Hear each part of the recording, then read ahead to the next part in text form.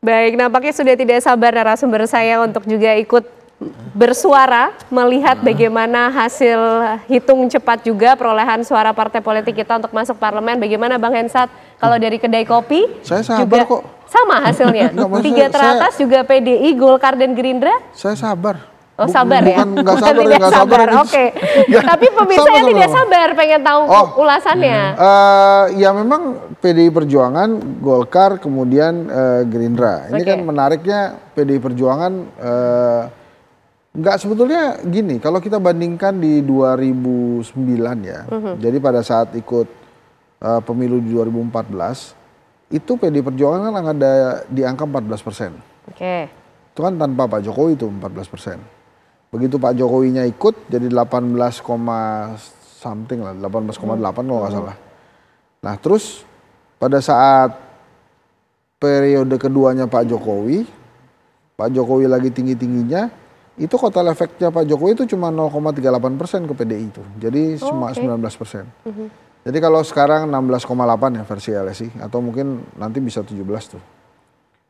Itu ya sudah tertinggi tanpa Jokowi tuh, segitu tuh, 16%. Jadi artinya waktu tanpa Pak Jokowi kan 14% ya. Di 2009. Memang kalau dibandingkan 2019 turun ya, tapi kalau dibandingkan 2014 naik tuh, lebih banyak. Jadi artinya terangkat suara PDI Perjuangan. Nah terus kenapa kalau kemudian kok nggak berimbas ke Ganjar Pranowo gitu? Karena memang kelihatannya rakyat Indonesia tuh ya mungkin termasuk saya, beda kertas tuh beda pikiran gitu. Misalnya begitu dapat pemilihan presiden, nyoblosnya apa gitu ya, begitu ganti kertas beda lagi. Jadi masyarakat kita pemilihnya sudah pandai-pandai untuk memilah dan memilih siapa dan dalam konteks apa. Ya atau mikirnya cuma nggak dipikirin semua kan. Misalnya kalau di Jakarta kan ada 4 ya. Presiden, Presiden, DPR, DPRD 1 sama DPD, berarti 4 tuh kan. Bisa jadi habis nyoblos ya beda lagi. Misalnya kepikirannya cuma saya mau milih presiden aja, jadi serius gitu ya. Yang selainnya enggak. Ya nggak apa-apa juga asal kertas suaranya dipakai. Jadi itu menarik tuh. Kan pertanyaannya lagi, kok Gerindra nggak kayak Prabowo ya? Gerindra cuma di 13% tuh. Harusnya kan kalau Pak Prabowo-nya menang dia nih tinggi nih gitu. Ya yang orang lupa itu, Pak Prabowo itu terakhir menghadapi incumbent, terakhir menghadapi Pak Jokowi itu sudah punya tabungan 45%. Dan itu suaranya bukan dari Gerindra aja, jadi macam-macam. Jadi artinya memang Pak Prabowo himself itu sudah punya 45% sendiri. Secara persen? Ya, yang sekarang quote and quote ya dibantu Pak Jokowi melalui Mas Gibran misalnya, itu jadi 58 tuh. Nah tapi Gerindranya sendiri ya memang ternyata kesolidannya di 13, gitu nggak berubah. Nah yang menarik itu kalau memang PDI Perjuangan nanti sampai akhir diumumkan oleh KPU menjadi pemenang pemilu, kan Mbak Puannya bisa jadi ketua DPR lagi tuh ya. Walaupun ya nanti kita lihat perolehan kursinya dengan Golkar gimana. Tapi kalau misalnya Mbak Puan jadi ketua DPR, pertanyaannya adalah kalau gitu PDI Perjuangan akan oposisi atau di luar pemerintahan atau tidak? Kalau memang ternyata PDI Perjuangan memutuskan di luar pemerintahan, itu bagus tuh buat Indonesia dan demokrasi. Sebagai akan menjadi seperti apa? Sebagai pemenang pemilu berada di luar pemerintahan, ketua DPR lagi. Syukur-syukur dia bisa ngajak yang lain kan, sehingga oposisinya ini kuat nih. Nah keuntungannya apa? Jadi fungsi check and balance-nya tuh ada. Bisa berjalan. Jadi apapun program Pak Prabowo bisa dikritisi nih. Pak Prabowo kemarin gimana makan gratis sama susu gratis tuh. Terus katanya mau beasiswa buat dokter ya. Terus mau bangun rumah sakit. Nah itu gimana tuh? Itu bisa ditanyain tuh sama si DPR nih. Tapi kan pertanyaannya partai lain ada yang mau ngikutin PDI Perjuangan nggak? Sebagai oposisi gitu ya, ini kita sebut oposisi lah walaupun di Indonesia tuh di luar pemerintahan sebutannya, ini biar cepat aja oposisi gitu. Hanya PDI Perjuangan yang sampai hari ini menempati posisi di luar pemerintahan atau oposisi, kemudian bisa jadi pemenang pemilu.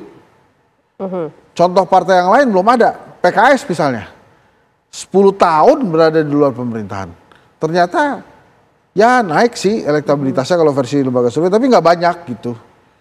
Harusnya kan kalau teori oposisi atau di luar pemerintahan itu berjalan, harusnya semua partai yang berada di luar pemerintahan after 10 tahun itu bisa jadi pemenang pemilu. Kan waktu PDI Perjuangan 10 tahun dia berada di luar pemerintahan pada saat Pak SBY dan Demokrat menang.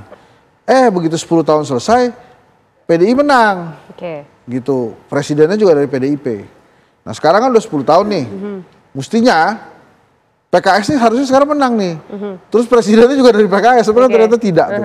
Jadi Indonesia ini menarik juga. Jadi teori-teorinya tidak semuanya bisa terjawab. Bukan terjawab, tidak berlaku untuk semua partai politik.